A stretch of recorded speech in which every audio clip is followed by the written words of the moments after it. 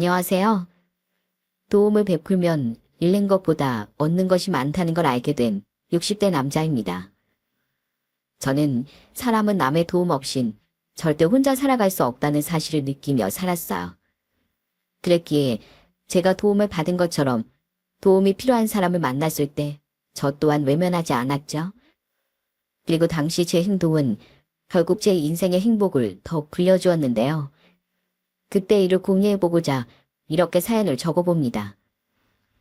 어린 시절 제 어머니란 사람은 저와 여동생도 아버지도 버리고 집을 나갔어요.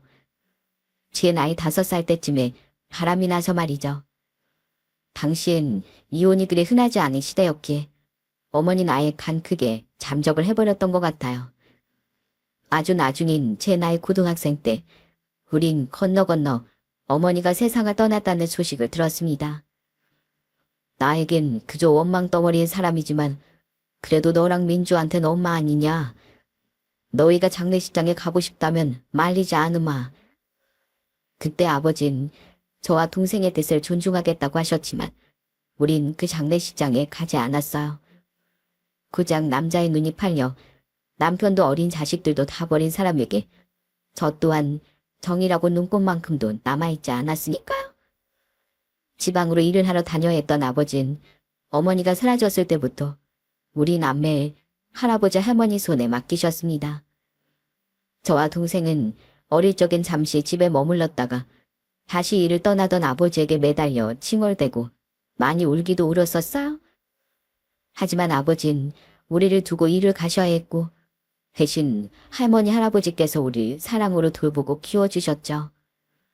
그런 감사한 분들이셨건만 아무래도 옛날 분들이라 그런지 두 분은 저와 동생을 좀 차별하셨어요.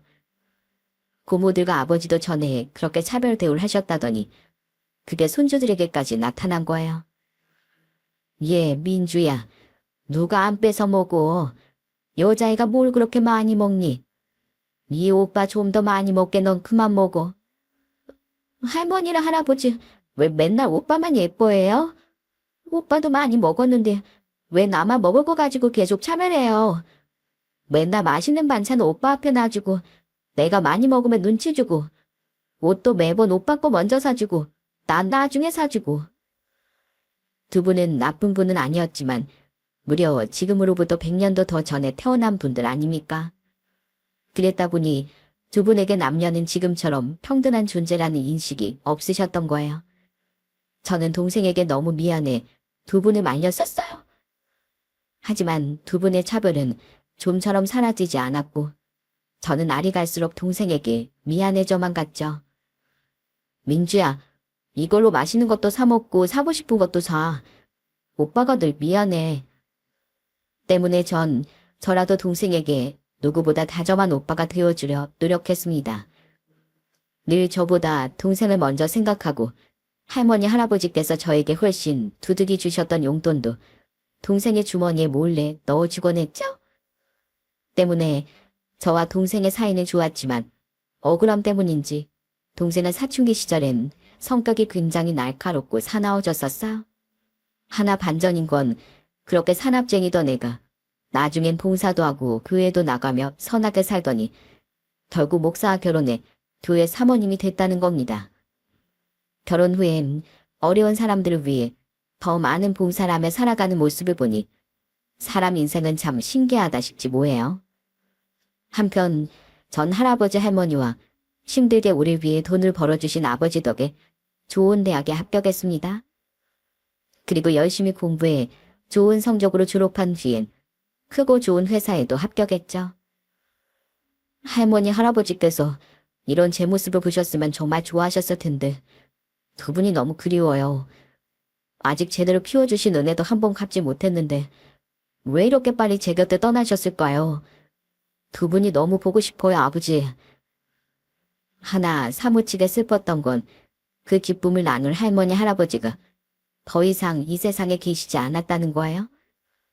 두 분은 제가 성인이 된 후 차례로 노안으로 세상을 떠나셨거든요.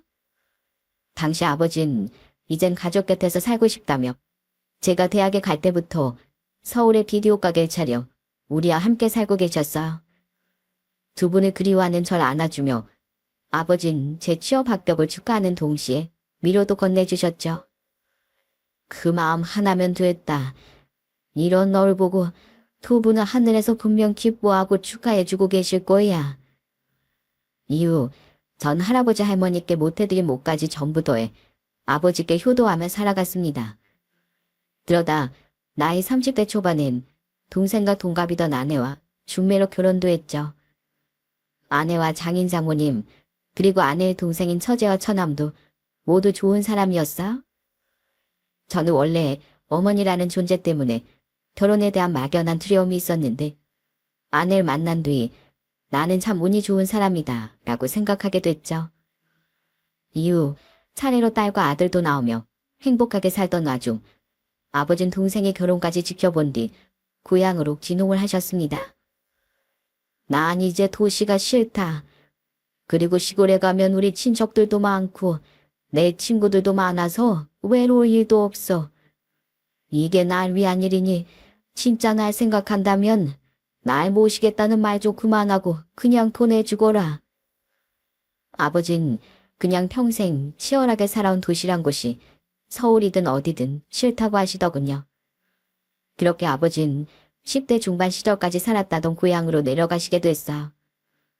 그렇게 우리의 삶의 형태는 조금씩 변해갔고 저 또한 나이 40대 중반에 큰 변화를 겪게 됐습니다. 그건 바로 회사를 나온 제가 그동안 모은 돈을 전부 쏟아부어 제 회사를 차린 거죠. 그동안 계속 구상해온 아이디어와 사업 계획이 있었기에 저는 성공할 자신이 있었어요. 난 당신 믿어. 당신은 비록 고난이 있을지언정 끝까지 포기하지 않는 끈기를 가진 사람이잖아. 그때 아내는 그런 제 뜻을 누구보다 굳건히 지지해줬습니다. 장인 장모님과 아버지도 걱정을 조금 하시긴 했지만 우려보단 믿음을 더 크게 주셨었죠. 하지만 세상 일은 그렇게 만만하지 않더군요. 그렇게 자신의 것만 처음엔 사업이 생각처럼 풀리지 않았고 어려운 시기도 많이 겪었어요. 지금 생각해보면 앞선 의욕이 그땐 오히려 실패를 불러일으켰던 것 같습니다. 제발요. 제발 대출 좀 조금이라도 더 해주세요. 죄송하지만 그건 제 마음대로 할 수 있는 부분이 아닙니다. 고객님, 은행은 자선사업을 하는 곳이 아니에요. 이미 대출받은 금액도 상당하시잖아요. 이만 돌아가세요. 저는 어떻게든 회사를 살리고 무너지지 않게 하기 위해 은행 문턱을 제 집 드나들듯 넘어다녔어요. 하지만 대출엔 한계가 있었고 저는 결국 손대선 안 될 마지막 금융권에까지 고개를 돌리려고 했습니다. 하지만 그때 다행히 안가 부모님의 도움으로 그 고비를 넘길 수 있었어요. 자, 바꿔라. 괜히 위험한 곳에 손 벌리고 다니지 말고 이거 가져다 써. 저는 원래 힘들어지기 전까지 양가에 다달이 용돈을 드렸습니다. 그런데 양가 부모님이 그 돈을 정말 한 푼도 쓰지 않고 모아놓으셨다. 거기에 자신들의 노후 자금까지 일부 보태 제게 도움을 주셨던 거예요? 저는 너무 염치가 없어서 아버지와 장인 장모님께 거절을 했어요. 아니에요, 아버지. 장인 장모님도 그렇고 왜 자꾸 절 부모님 노후 자금까지 끌어다 쓰는 못난 자식을 만드세요? 제 회사 일은 제가 알아서 할게요. 그냥 가져다 써. 너 꼭 해낼 자신이 있다며. 그래서 끝까지 놓지 않고 이렇게 버티고 있는 거잖아. 혹시 사채 같은 거 썼다가 집안에 풍비박산이라도 나봐라.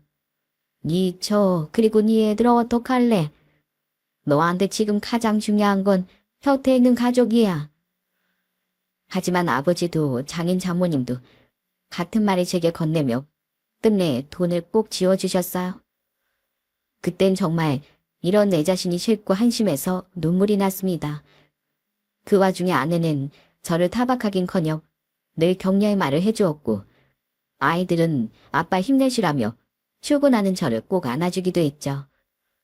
심지어 그땐 동생과 처남네도 절 조금이나마 도와줬어요. 처제는 사정이 있어서 못 도와줘서 미안하다고 전화가 왔는데 그 마음만으로도 얼마나 고맙습니까? 여보, 나 정말 가족들을 위해서라도 꼭 성공할 거야. 성공해서 이 고마움 두고두고 갚으면서 살 거야. 저는 그때 처음 사업을 시작할 때보다도 더욱 이를 꽉 물었던 것 같습니다. 어디 가서 고개를 숙이고 무릎을 꿇는 것쯤은 하나도 어렵지 않았어요. 불법이나 정당하지 못한 방법이 아닌 이상 거래를 따내고 투자를 받기 위해 저는 정말 내가 개가 됐다고 생각하고 아부하면서 구르기까지 했죠. 절 믿어준 가족들을 위해서라도 꼭 해내서 보답하고 싶다는 마음 하나로요. 그 악다구니가 빛을 발한 건지 다행히 제 사업은 점점 풀리기 시작했습니다. 그렇게 사업을 시작한 지 7년이 지났을 때쯤 직원 3명으로 시작했던 제 회사는 직원도 20명이나 되는 안정적인 회사로 업계에 자리 잡게 됐죠. 물론 은행 빚도 청산했고요. 처남, 처제, 이번에 장인 장모님 모시고 다 같이 동남아 여행 한번 다녀오자. 여행 비용은 내가 다 댈게. 아, 됐어. 뭘 보태. 물론 나한테도 큰돈이긴 하지만 나 힘들 때 모두가 도와줬던 고마움에 대해 이렇게라도 이자를 갚고 싶어. 다들 빌려준 돈만 돌려받았지 내가 주려던 이자 끝내 안 받았잖아. 그때부터 전 양가 부모님과 가족들에게 돈도 갚고 양가의 장남이자 맞사위로서 다시 효도하기 시작했습니다. 가족들을 모두 데리고 해외여행을 가기도 했고 양가 부모님께 큰돈이 들어가거나 해결해야 할 일이 생기면 무조건 제가 나섰죠. 가족들의 도움이 아니었다면 전 이 자리에 없었을 걸 잘 알고 있었으니까요. 그렇게 시간이 흘러 제가 사업을 시작한 지 10년이 됐던 해였습니다. 당시 저희 회사에선 기존 직원에 더해 2명 정도 직원을 더 채용하던 중이었어요. 회사가 조금 더 커진 만큼 추가 인력이 필요했거든요. 항상 면접에 빠지지 않고 참석했던 전 그래도 지원자들 면접 자리에 앉아 있었습니다. 그리고 그날 전 제 사연의 주인공인 특별한 인연 정국 씨를 만나게 됐어요. 안녕하세요. 이 회사의 장가주를 시작해 나무 뿌리로 뻗어나가고 싶은 지원자 박정국입니다. 당시 지원자였던 정국 씨는 면접 의자에 앉아있을 때부터 뭔가 눈길이 가더군요. 긴장한 듯 두 주먹을 꼭 쥔 채 무릎 위에 올려뒀던 정국 씨는 눈빛이 정말 간절해 보였어요. 게다가 눈빛이 초롱초롱한 것이 사람이 참 선하고 맑아도 보이더군요. 때문에 전 내심 저 청년이 면접을 정말 잘 봤으면 좋겠다고 생각했어요. 그런데 정국 씨의 면접 인사는 솔직히 객관적으로 보기엔 영 아니오시다였죠. 저는 일찍이 부모님을 사고로 여의고 조부모님과 5살 어린 동생과 넷이 살았습니다. 그리고 그런 성장 과정에서 저는 희생정신과 사랑을 배웠어요. 가난하고 연로하신 조부모님의 희생과 사랑은 저와 동생을 도덕관념이 바뀐 한 사람의 어른으로 성장시켜 주셨습니다.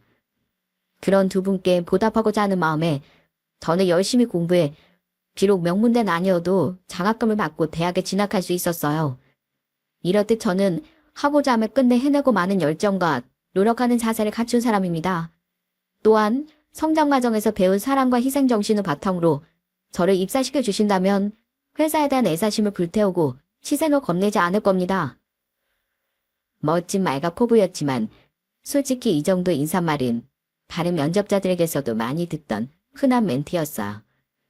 다른 면접관들도 같은 생각이었는지 영 흥미가 없는 표정이었죠.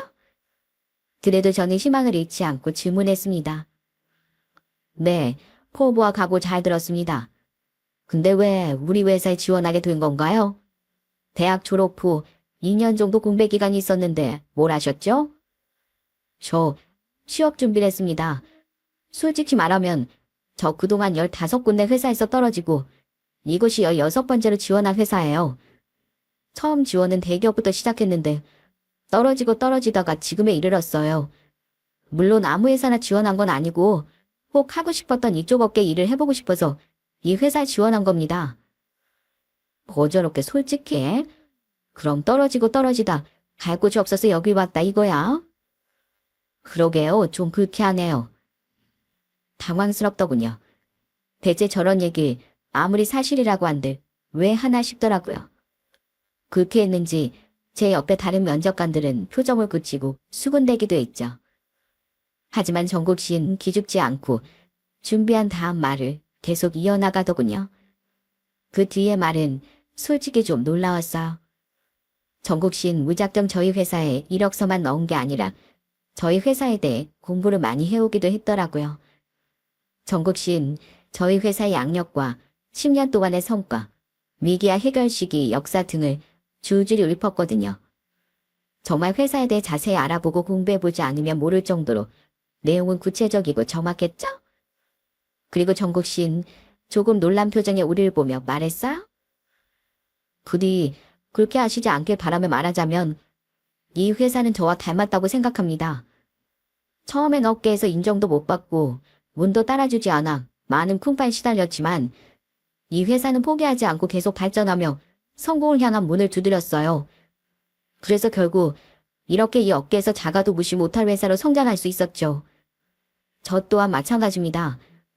앞서 저의 다소 창피할 수도 있는 과거를 늘어놓았던 건 그만큼 꼭 이 회사에 합격하고 싶다는 간절함을 어필하기 위해서였어요. 전 포기하지 않고 성장해온 이 회사처럼 비록 사회 초년생이 되기까지의 과정은 어렵고 험난했지만 뽑아주시기만 한다면 더없이 끈질기고 성장해 나가는 인재가 될 자신 있습니다. 정국 씨는 뽑아만 주면 정말 이 회사와 함께 발전하기 위해 최선을 다하겠다고 우렁차게 소리쳤습니다. 회사에 대해 많이 공부도 하고 자신을 비유한 노력은 괜찮았지만 솔직히 면접 내용만 보면 특출난 인재라고 장담하긴 힘들었어요. 때문에 다른 회사에서도 탈락의 고배를 마셔왔나 싶었죠.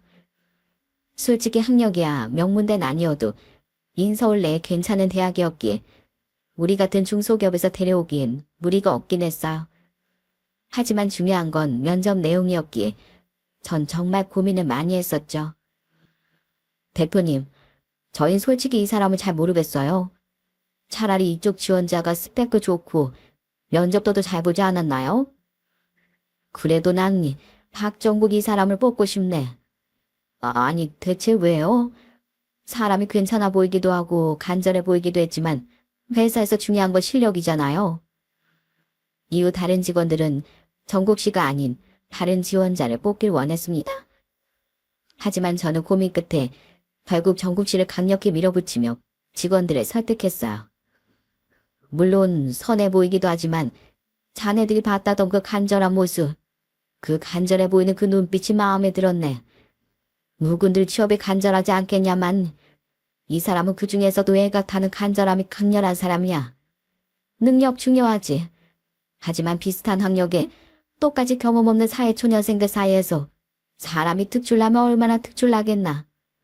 물론 예외는 있기 마련이지만 우리 같은 작은 회사에서 정말 필요한 인재는 최선을 다해 내 일처럼 회사 일에 임해줄 이런 간절한 사람이야. 회사와 함께 성장하고 싶은 간절함이 있는 사람. 하지만 내가 대표니 내 말 믿어보게. 그리고 자네들도 알잖나. 내가 사람 보는 눈 하나 나쁘지 않은 거. 난 왠지 이 사람은 놓치면 후회할 거란 느낌도 드네. 이건 그냥 과장일지도 모르겠지만 난 이 사람을 정말 뽑고 싶어.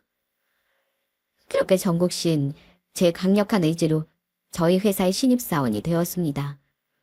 솔직히 호언장담을 하긴 했지만 사람 일을 어떻게 장담한답니까?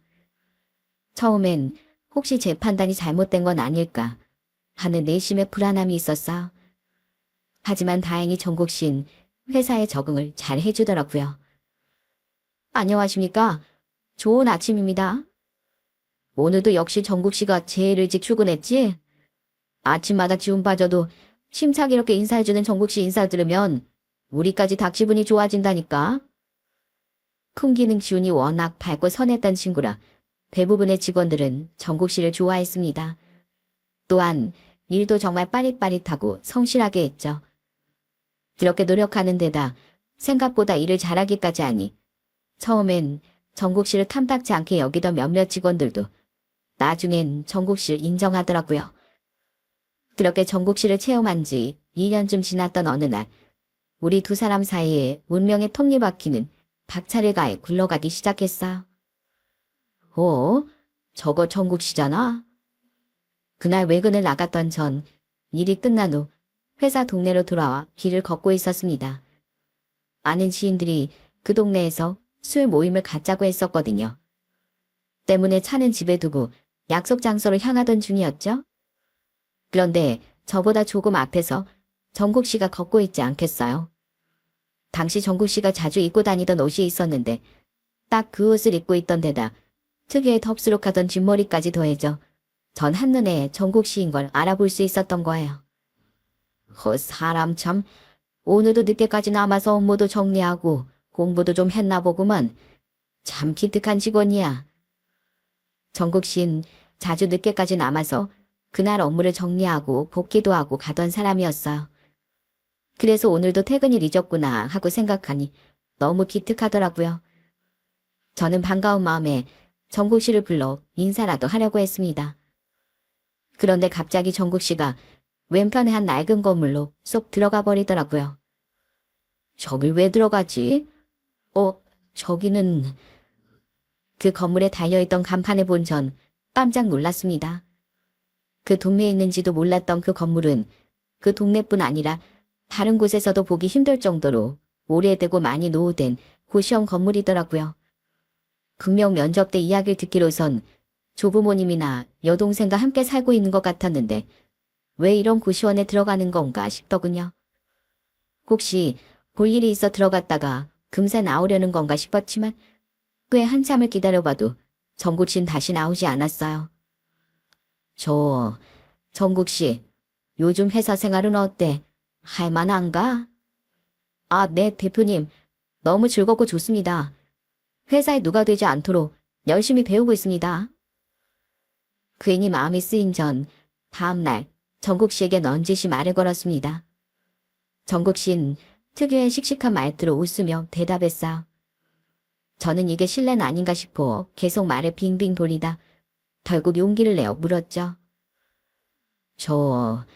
혹시 자네 이 근처에 있는 고시원에서 지내고 있나? 일부러 뒤를 밟은 건 아니고 어제 근처 일이 있어서 지나가다가 자네가 고시원 건물로 들어가는 거 봤었어.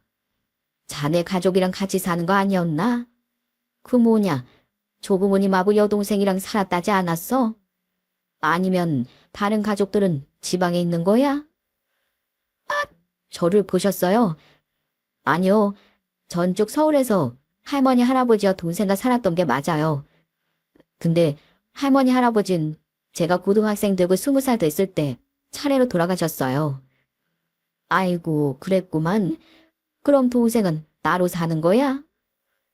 자세한 사정은 달랐지만 비슷한 부분도 많던 정국 씨의 사정이 저는 탄식을 내뱉었습니다. 그런데 평소 같았으면 그냥 그렇구나 하고 말았을 텐데 이상하게 그땐 자꾸 더 자세한 사정을 캐묻고 싶어지더라고요.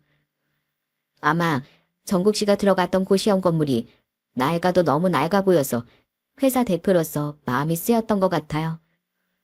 그런 제 물음에 정국 씨는 잠시 머뭇거리더군요. 그리고 씁쓸히 웃으며 가슴 아픈 사정을 털어놓았죠. 그게 몰래 할아버지 할머니께서 남겨주신 집에 둘이 살았었는데요. 동생이 몇 년 전에 식이병 진단을 받았어요. 그 병이 심해지고 심해져서 지금은 병원에 쭉 입원해 있어요. 저런, 그럼 조부모님께서 남겨주신 집은 어쩌고 왜 고시원에 있나? 동생 병원비가 너무 많이 들어서 결국 그 집을 팔 수밖에 없었거든요. 두 분이 집 말곤 남겨주신 재산도 별로 없었고 꾸역꾸역 대학은 졸업했는데 취업은 잘 되지 않아서 방법이 없었거든요. 동생 병이 우리나라에서도 많이 발견되지 않던 워낙 희귀병이다 보니까 보험이 적용되지 않는 치료법하고 약이 많아요. 그래서 동생을 살리려고 집을 포기하고 그 고시원에서 지내고 있었던 겁니다. 그러니까 정국 씨는 동생의 병원비 때문에 집도 포기하고 고시원 생활을 하고 있었던 겁니다. 들어보니 정국 씨는 회사에 붙기 전엔 아르바이트를 2개, 3개씩 뛰었었다는군요. 그리고 취업을 한 지금도 회사에서 퇴근한 후엔 새벽까지 대리운전을 뛰고 있다고 하더라고요. 아무리 낡았어도 고시원 비용이 요새는 만만치 않더라고요. 작년에 또 5만 원이 올랐어요. 그래서 그 돈이랑 생활비라도 벌려고 투잡을 뛰고 있었어요. 회사 월급은 거의 다 동생 병원비로 쓰고요. 그래도 회사 생활엔 지장 가지 않게 노력하고 있습니다. 아니, 자넨 다른 직원들보다 출근도 먼저 하고 공부하고 업무 정리한다고 퇴근도 늦게 하지 않나. 그런데 그 와중에 대리운전까지 뛴다고? 그래가지고 자네 몸이 버티나? 힘들다고 발전하지 않으면 제 자신에게도 회사에도 누가 드는 일이잖아요. 그리고 전 아직 팔팔한 29이라 괜찮습니다. 또 사람이 죽으란 법은 없다고 제가 힘들 때 대표님이 절 이 회사에 붙여주셨잖아요. 그 덕분에 병원비 부담도 많이 줄어서 전혀 고생스럽게 느껴지지 않습니다. 정말 가슴이 쿵 내려앉았습니다. 내가 왜 직원들의 사정을 더 잘 파악하고 헤아려 주지 못했을까 싶어 스스로에 대한 자책감도 들었죠.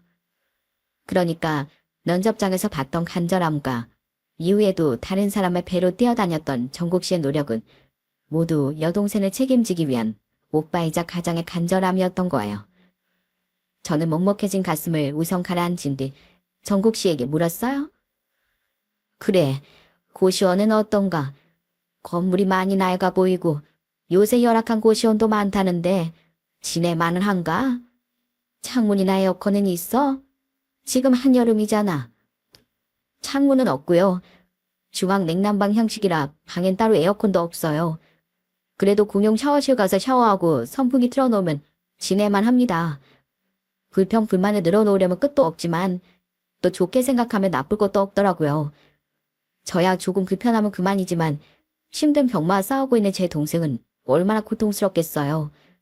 동생은 제 전부예요. 그런 동생을 위해서라면 힘들게 일하고 지내는 것이 불편한 것쯤은 아무렇지도 않습니다. 동생을 생각하는 마음이 기특하면서도 가슴 아프게 느껴지더군요. 그 와중에 어떻게든 씩씩해지려고 노력하는 모습이 더더욱 말입니다. 무엇보다 저 또한 할머니 할아버지와 살았고 늘 마음 쓰이던 여동생도 있었기에 더더욱 남일처럼 느껴지지 않더라고요. 그날의 그 안타까운 대화는 몇 날 며칠 동안 제 머릿속을 돌아다녔습니다. 결국 며칠 뒤 저는 제 아내와 마침 저희 집에 놀러와 있던 여동생에게 고민 상담을 했어요. 이런 사람이 우리 회사에 있는데 이상하게 자꾸 마음에 걸려서 도와주고 싶어. 어떻게?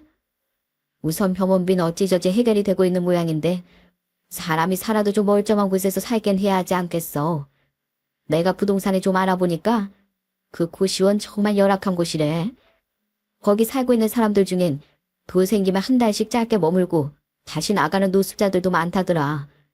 그런데 그 젊은 사람이 그것도 자기 동생 병간호하느라 빚도 안 들어오고 한여름에 에어컨도 안 되는 그곳에서 계속 살면 없던 병도 생길 것 같더라고. 그럼 너무 안쓰럽잖아. 우리 회사에 취업한 뒤론 쭉 그곳에서 지내고 있다는데 내가 머물 곳이라도 좀 마련해주고 싶어. 저는 정국 씨의 사정과 며칠 동안 고민했던 내용을 아내와 여동생에게 설명했습니다. 제가 부자는 아니니 집을 사주거나 할 수는 없지만 조금 무리해서라도 작은 전세집 정도는 마련해주고 싶은데 이게 지나친 친절인지 혹시 해주고 싶다면 아내의 생각은 괜찮은지 물어본 거죠. 생각해봐. 정국 씨도 정국 씨지만 만약 그 동생이 퇴원이라도 하면 어디서 지내겠어. 그 동생도 지낼 곳이 있어야 하잖아. 그렇다고 한절 그 고시원에 머물게 둘 수도 없고. 당신 참 좋은 생각했네. 난 당신이 도와주고 싶다면 찬성이야. 당신도 비록 가족이긴 하지만 많은 사람들의 도움을 받고 지금 그 자리에 있잖아. 그럼 이젠 여유가 되는 우리가 누군가를 도울 차례라고 생각해. 나도 같은 생각이야, 오빠. 그리고 만약 오빠가 누군가에게 베풀면 그건 또 어떤 식으로든 오빠에게 돌아오게 되어 있어. 그게 꼭 돈이 아니어도 말이야. 저보다 훨씬 선하게 살아가는 사람들이었기에 아내와 동생은 당연히 제 결정을 지지해 주었습니다. 그렇게 저는 아내의 허락을 구한 뒤 결국 정국 씨를 돕기로 마음먹었어요. 다음 날부터 전 정국 씨가 동생과 둘이 지내기 적당한 방 2개, 거실 하나짜리 전셋집을 알아보기 시작했죠. 마음 같아서야 더 넓은 집을 알아봐주고 싶지만 저도 부자는 아니었으니까요. 사실 바쁜 절 대신에 발품을 팔아준 사람은 고마운 아내였지만은요.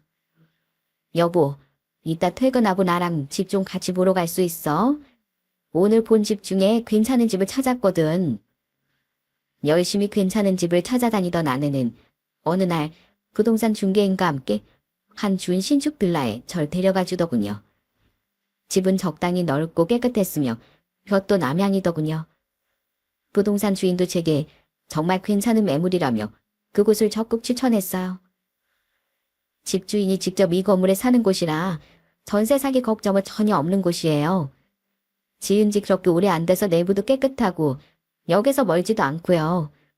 여긴 거실 앞이 다른 건물로 맡기지 않아서 환기도 잘 돼요. 전 세입자들은 집을 사서 여길 나간 거지 그게 아니었으면 더 살고 싶어 했다니까요. 마음에 쏙 드는 집이었습니다. 역에서도 가깝고 저희 회사에서도 걸어서 15분 정도밖에 안 걸리는 곳이었기에 위치도 딱이었어요. 게다가 공실이었기에 언제든 입주가 가능하기도 했죠.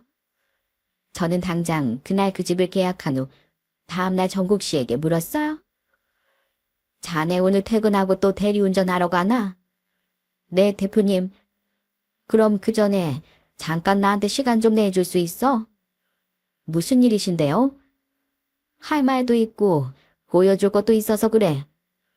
잠깐이라면 당연히 됩니다. 없는 시간도 만들어야죠. 저는 퇴근한 후 싹싹하게 대답했던 정국 씨를 데리고 그 집으로 향했습니다. 걸어가는 내내 의아해하던 정국 씨는 결국 참지 못하고 묻기도 했어요. 대표님, 대체 어디까지 걸어가시는 거예요? 우리가 가는 곳이 어디죠? 거의 다 왔네. 자, 여길세. 올라가세. 저는 그런 정국 씨에게 허허 웃어 보였습니다. 우린 머지않아 전셋집이 있던 빌라에 도착했고 저는 어리둥절해하는 정국 씨를 3층의 그 집으로 데리고 올라갔어요. 그리고 집으로 들어가니 정국 씨는 텅 빈 그 집을 보며 더 궁금증을 숨기지 못했죠. 이 집 어떤가? 깨끗하지? 예, 창문도 크고 좋네요. 저도 언젠가 다시 돈을 모으고 동생 병도 나오면 꼭 이런 집을 구해서 살고 싶어요. 그건 그렇고 여길 대체 왜? 마음에 든다니 다행이구먼. 이지, 이제부터 자네가 살 집일세. 그러니까 그 고시원에서 나와서 이젠 여기서 지내게. 전세 보증금도 내가 냈고 관리비도 내가 집주인에게 다달이 이체해주기로 했어. 그리고 나머지 공과금도 내가 다 내줄 테니까 자넨 이제 자네 동생만 보살피면서 여기서 지내게. 그 월세라도 아끼라 이 말이야. 네? 이 집을 절 위해 얻으셨다고요? 제 말에 정국 씨의 두 눈이 휘둥그레지더군요.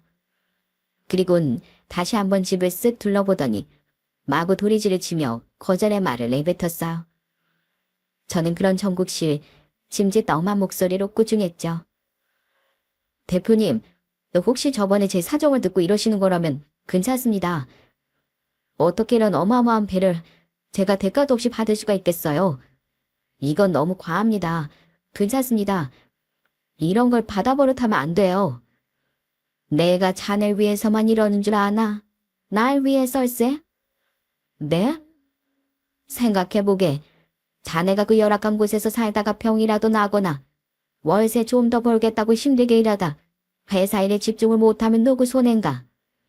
자네 뽑아서 월급 주고 있는 내 손해지. 그렇다고 자네 자르고 싶지도 않네. 난 누구보다 열심히 일해주는 자네가 굉장히 마음에 들거든. 그러니까 이건 다 날 위한 투자다 이거야. 어차피 전세나 보증금은 나중에 내가 다시 돌려받을 건데 나한테 크게 손해될 것도 없지 않은가. 하지만 게다가 동생을 그렇게 위한다면서 애 오빠라는 사람이 왜 멀리 생각을 못해? 자네 동생이 지금이야 계속 병원에 있다지만 나중에 잠깐 태어난 일이 생기거나 아예 태어나게 되면 어쩔 텐가. 월세 더 주고 그 낡은 고시원에 방을 하나 더 얻어줄 셈이야? 가뜩이나 몸이 아픈 자네 동생을?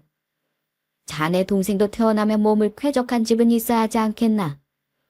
그러니까 눈 딱 감고 내 호의를 받아주게. 그럼 내 마음이 더없이 고마울 것 같네. 저는 점차 엄했던 목소리를 부드럽게 바꾸며 마지막엔 정국 씨에게 부탁하듯 말했습니다. 진심으로 정국 씨가 제 호의를 받아줬으면 하는 마음에서요. 정국 씨는 제 말에 차마 대답을 못하고 눈물만 뚝뚝 떨구더군요. 저는 그런 정국 씨의 손을 꼭 잡고 덧붙였어요. 나도 자네처럼 조부모님 손에 자라서 대학생 때 두 분을 잃었네. 그리고 참 많이 미안했던 여동생도 있지. 그래서 자네 일이 남 일 같지가 않아. 이보게, 나도 그냥 여기까지 올 수 있었던 게 아니네. 날 키워주신 조부모님과 자식을 끝까지 책임지셨던 내 아버지, 그리고 내가 힘들 때 도와줬던 많은 가족들이 있었기에 내가 여기까지 올 수 있었던 거야. 이렇게 사람은 혼자선 이 힘든 세상을 헤쳐나가기 힘든 법이네. 비록 내가 자네 가족은 아니지만 그게 뭐 그리 중요한가. 중요한 건 내가 자네를 돕고 싶다는 마음이고 자넨 도움이 필요한 사람이라는 거지. 대표님, 그렇게 간지럽게 부를 거 없어. 난 내가 세상에 받은 것들을 자네에게 돌려줄 뿐이야. 그러니까 내 호의를 받아들이고 부디 희망을 잃지 말게. 알았지? 감사합니다, 대표님. 이 은혜 제가 정말 잊지 않고 언젠간 꼭 보답하겠습니다. 정국 씨는 결국 제 호의를 받아들이며 엉엉, 아니 정말 꺼이꺼이 울었습니다. 계속 씩씩한 척을 했지만 사실은 그 어린 사람이 얼마나 막막하고 두려웠겠습니까? 그 마음이 그날 터져버린 것 같더라고요. 저는 그 힘겨운 청춘의 어깨를 토닥여주며 몇 번이나 다 괜찮다고, 다 잘 될 거라고 말해주었죠. 그렇게 이사를 하게 된 정국 씨는 얼마 뒤 이번엔 자신이 제게 시간을 좀 내달라고 부탁하더군요. 주말에? 아니 왜?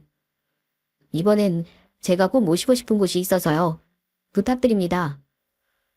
어려울 것도 없어 저는 흔쾌히 주말에 정국 씨를 따라 나섰습니다.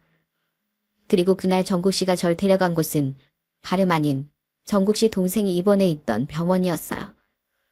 조금 당황해하는 제게 정국 씨는 뒷머리 끄적이며 이러더라고요. 많이 당황스러우시죠? 죄송해요.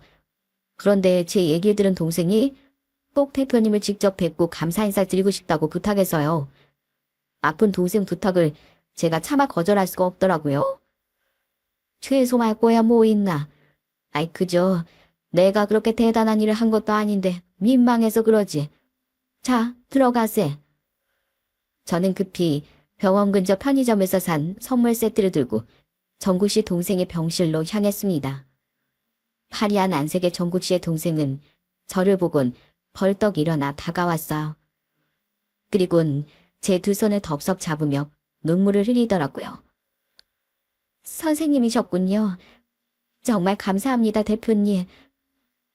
제가 몸이 아파서 직접 찾아뵐 수가 없어서 이렇게 모셔와달라고 오빠에게 무리한 부탁을 했었어요. 이렇게 와주셔서 정말 감사하고 또 죄송해요. 아닙니다. 이게 뭐 어려운 일이라고. 우선 앉으세요. 아프신 분이 왜 이렇게 서서. 저희 오빠에게 더 없는 친절을 베풀어 주신 분인데 제가 어떻게 앉아서 맞이할 수 있었겠어요. 대표님, 정말 감사합니다. 사실 저 때문에 집까지 판 오빠를 차마 똑바로 쳐다볼 면목조차 없었어요. 그러면서 자긴 늘 괜찮다고 웃어 보이는 오빠를 볼 때마다 눈물이 나고 너무 가슴이 아팠는데 대표님께서 집을 마련해 주셨다는 말을 듣고 정말 말이 안 나오더라고요. 너무 감사하고 마음이 벅차서요. 대표님, 이 은혜는 저도 꼭 잊지 않겠습니다. 정말 감사합니다. 너무 과한 감사 표현에 오히려 제가 민망해지더군요. 저는 눈물을 멈추지 못하던 정국 씨 동생의 어깨를 어색하게 두드리며 아니라고, 이건 제가 좋은 사람이어서가 아니라 정국 씨가 좋은 직원이었기 때문에 베푼 친절이라고 우물거렸죠. 정국 씨가 회사에서 얼마나 유능한 인재인지 모릅니다. 그래서 정국 씨를 놓치고 싶지 않은 마음에 그런 거예요. 참 훌륭한 오빠 두셨더라고요. 그러니 감사는 저 말고 정국 씨에게 하세요. 그리고 부디 꼭 회차하시길 바랍니다. 반드시 그렇게 될 거예요. 그렇게 그 일을 계기로 단순한 대표와 직원 사이였던 정국 씨와 전 좀 더 특별한 인연이 됐습니다.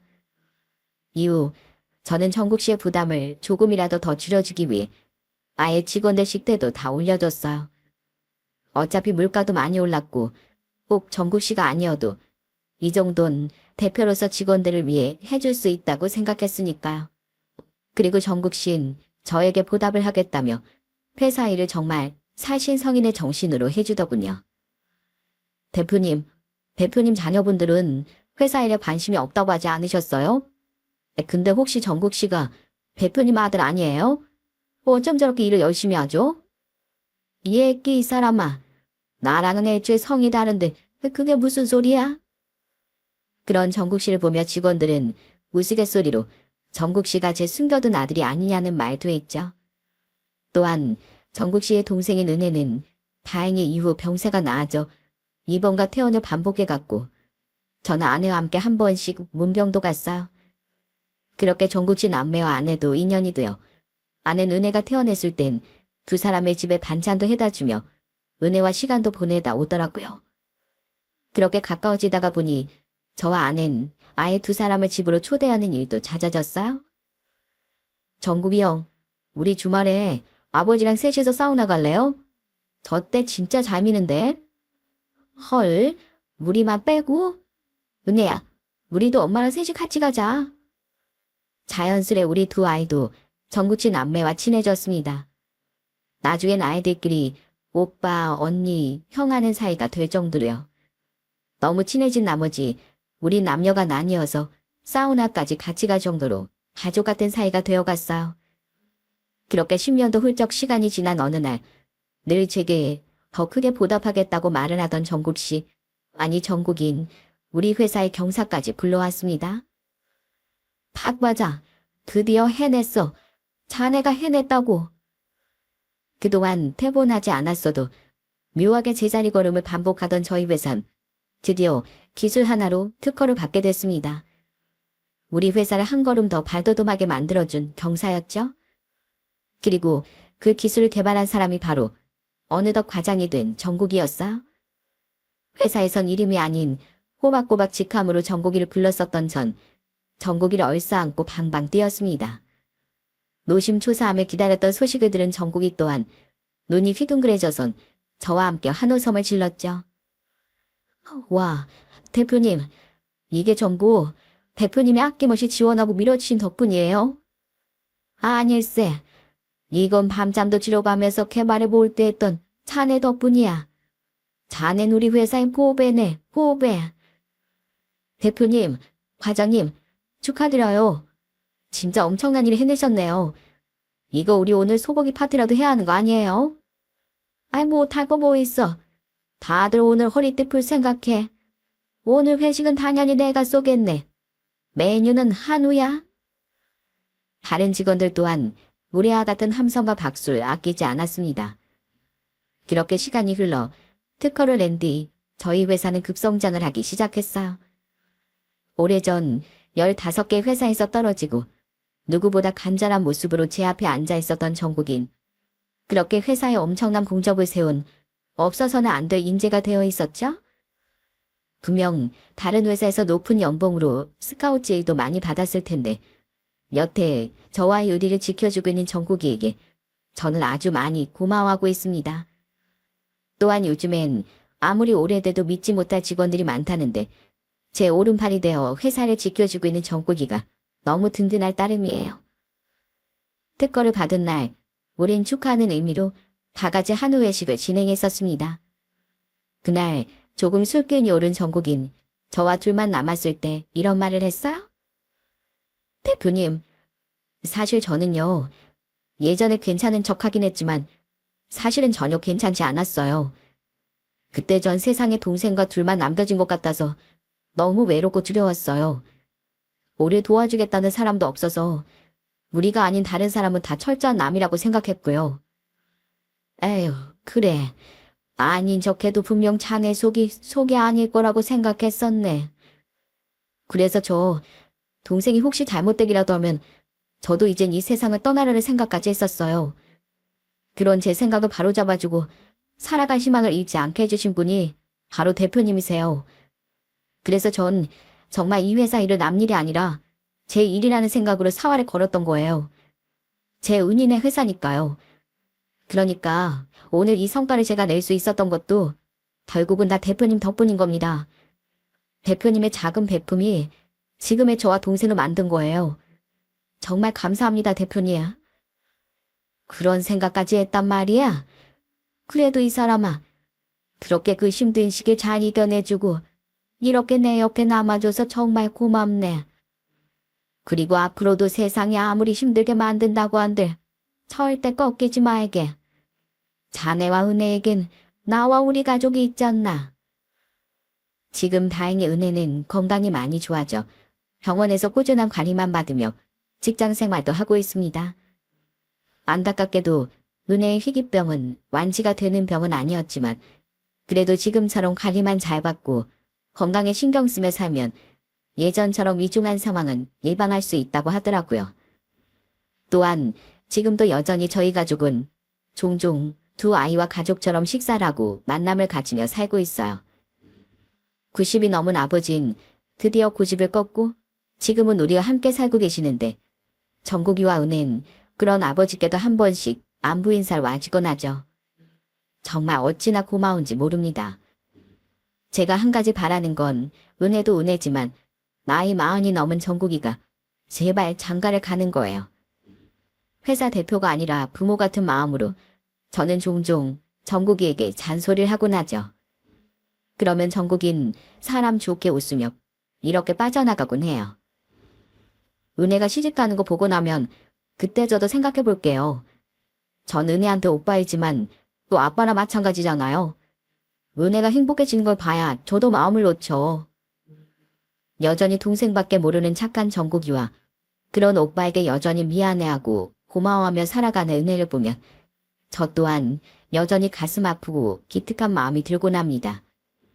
혹시 두 아이가 부담스러워할까봐 말은 안 했지만 저는 내심 세상에 둘만 남은 그 두 아이에게 힘이 되는 한 아버지 같은 존재로 남아주겠다고 다짐하고 있어요.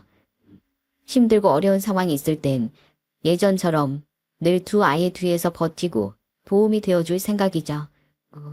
제가 많은 사람의 도움을 받고 지금 이 자리에 있듯 저도 그렇게 두 아이에게 도움이 되어주고 싶거든요. 그럼 언젠가 두 아이 또한 누군가에게 도움을 줄 수 있는 훌륭하고 진정한 어른으로 성장해 나갈 거라 믿어 의심치 않습니다.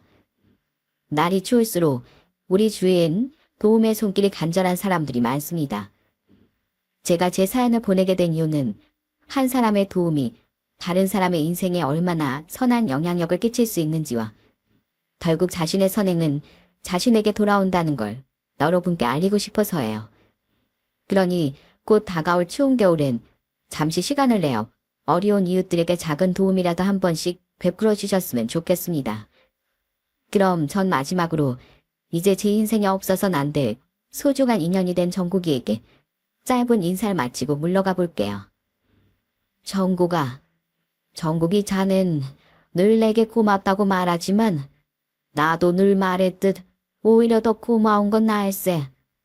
자네로 인해 난 내가 세상에서 받은 도움을 갚을 수 있었고 그들과 자네와 은혜라는 소중한 인연을 얻고 회사까지 성장시킬 수 있었으니 남 베푼 것보다 훨씬 넘치게 돌려받지 않았나.